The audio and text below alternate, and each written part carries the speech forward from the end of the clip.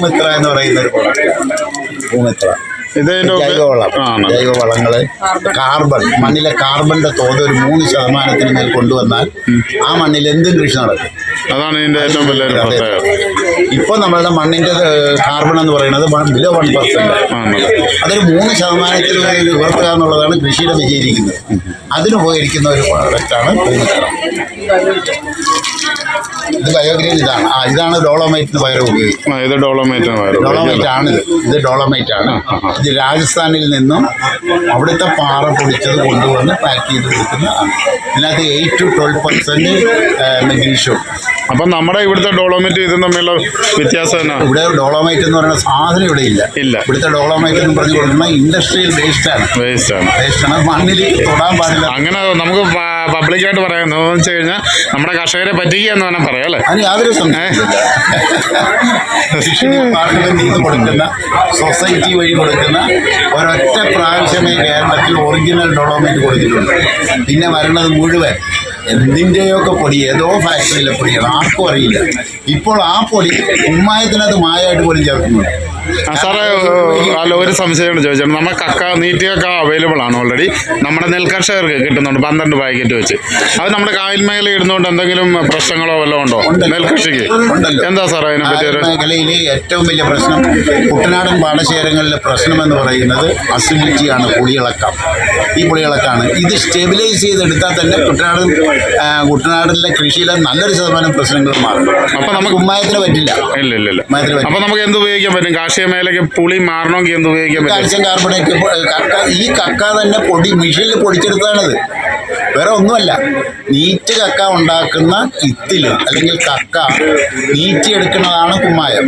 ഇത് നീറ്റാതെ കുമ്മായം പോലെ തന്നെ. ഇപ്പൊ സാറേ ഒരു പരാതിയും വരുന്നുണ്ടല്ലോ, ഈ ആസിഡ് ഉപയോഗിച്ചുകൊണ്ട് കക്ക നീറ്റുന്നൊരു പരാതി വരുന്നുണ്ട്. എന്ന് പറഞ്ഞാൽ നമ്മുടെ ഇത് കക്ക ഈ നമ്മുടെ വെള്ളക്കക്ക പൊടിച്ചതല്ല, അല്ലാതുള്ള കക്ക ആസിഡൊക്കെ ഉപയോഗിക്കുന്നൊരു ചെറിയ ചെയ്യാൻ കാര്യമില്ല. അങ്ങനെ അല്ലേ? എല്ല് പൊടിക്കാനായിട്ട് ഉപയോഗിക്കുന്നത്. എല്ല് പൊടിക്കാൻ വേണ്ടിയിട്ടല്ല ഉപയോഗിക്കുന്നത്. അതിനകത്ത് ഫാറ്റ് മുഴുവൻ പോരാൻ വേണ്ടിയിട്ട് ആസിഡ് ഉപയോഗിക്കുന്നുണ്ട്. കക്കായ്ക്കകത്ത് ആസിഡ് ഉപയോഗിച്ച് പൊടിക്കുക എന്ന് പറഞ്ഞാൽ നീറ്റുന്നതിനേക്കാളും കോസ്റ്റ്ലി ആയിരിക്കും അല്ലേ? അപ്പൊ അങ്ങനെ വരാൻ ഒരു സാധ്യത. അപ്പൊ നമ്മുടെ കായലിൽ ഏകദേശം നമ്മൾ നടിച്ചിലും 20, 30, 35 സാധാരണ കാർഷിക മേഖല നടിച്ചിൽ നടത്തുന്നത് നെല്ല്. അപ്പൊ ഓൾറെഡി നമുക്കത് ഏത് സമയത്ത് അതിനകത്ത് നമുക്ക് ഈ പച്ചക്കക്ക പൊടിച്ചിടാനോ എപ്പോ വേണേലും അപ്ലൈ ചെയ്യാം. എപ്പോ വേണ്ടിട്ടോ ഒരു പ്രശ്നം അപ്ലൈ ചെയ്യാം. വേനലിടാം, വെള്ളം പറ്റി നിൽക്കുമ്പോൾ ഇടാം, വെള്ളം ഉള്ളപ്പോൾ ഇടാം, എന്തും ചെയ്യാം. അത് തന്നെയുമല്ല, കുമ്മായ ഇട്ടാലേ അത് വാഷ് ചെയ്ത് വെള്ളം പുറത്ത് കളയണം. ഇത് കളയണ്ട.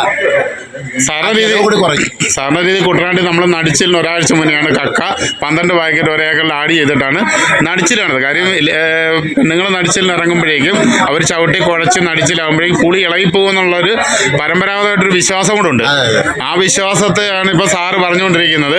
അത് ഉപയോഗിക്കേണ്ട, അതിലുപരി ഏറ്റവും നല്ല മണ്ണിന്റെ കാർബൺ അല്ലേ, pH കാർബണേറ്റ് വർദ്ധിക്കണമെങ്കിൽ നമ്മുടെ വെള്ളക്കക്ക തന്നെ നല്ലതല്ലേ? വെള്ളക്കക്ക ഏത് കക്ക, ഏത് ഷെല്ലും കടലിലെ കക്കായാണ് പൊടിച്ചിറക്കണത് ആണല്ലേ? കടലിലെ കക്കയുടെ അഡ്വാൻറ്റേജ് എന്താണെന്ന് വെച്ചാൽ അതിന്റെ ഡൈവേഴ്സിറ്റി വളരെ കൂടുതലാണ്.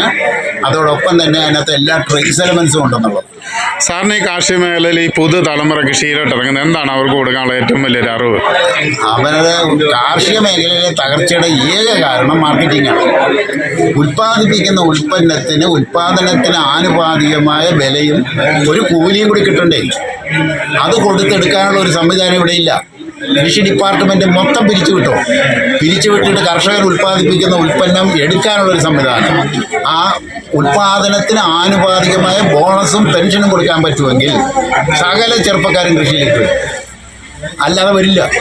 കാരണം ഒരു സാമ്പത്തിക സുരക്ഷിതത്വം വരണ്ടേ? ഇപ്പോൾ ഒരു കർഷകൻ അവൻ ജൈവ രീതിയിൽ ഉൽപ്പാദിപ്പിക്കുന്ന ഉൽപ്പന്നത്തിന് അതിൻ്റെ കോസ്റ്റ് ഓഫ് പ്രൊഡക്ഷനെങ്കിലും കിട്ടണ്ടേ? ആ കോസ്റ്റ് ഓഫ് പ്രൊഡക്ഷനും കിട്ടണം. അതിന് കുറച്ച് ഒരു 30 to 50% ബെനിഫിറ്റ് കൂടിയുള്ള ഒരു വിലയ്ക്ക് ഗവൺമെൻറ് തന്നെ എടുക്കണം. ഗവൺമെൻറ് തന്നെ എടുത്തിട്ട് അവൻ എത്ര ക്വാണ്ടിറ്റി ഫുഡാണോ സമൂഹത്തിന് സപ്ലൈ ചെയ്തത് അതിന് ആനുപാതികമായ ബോണസും കൊടുക്കണം, പെൻഷനും കൊടുക്കണം. അങ്ങനെയാണെങ്കിൽ ഇവിടുത്തെ കർഷകർ മുഴുവൻ ഗവൺമെൻറ് ഉദ്യോഗസ്ഥരുടെ സ്റ്റാറ്റസിലേക്ക് ഉയരും. സാമ്പത്തിക സുരക്ഷിതത്വം വരും. പുതിയ തലമുറ കൃഷിയിലേക്ക് വരും. കാരണം കൃഷി പോലെ സ്വാതന്ത്ര്യമുള്ള ആനന്ദം തരുന്ന ഒരു തൊഴിലുമില്ല.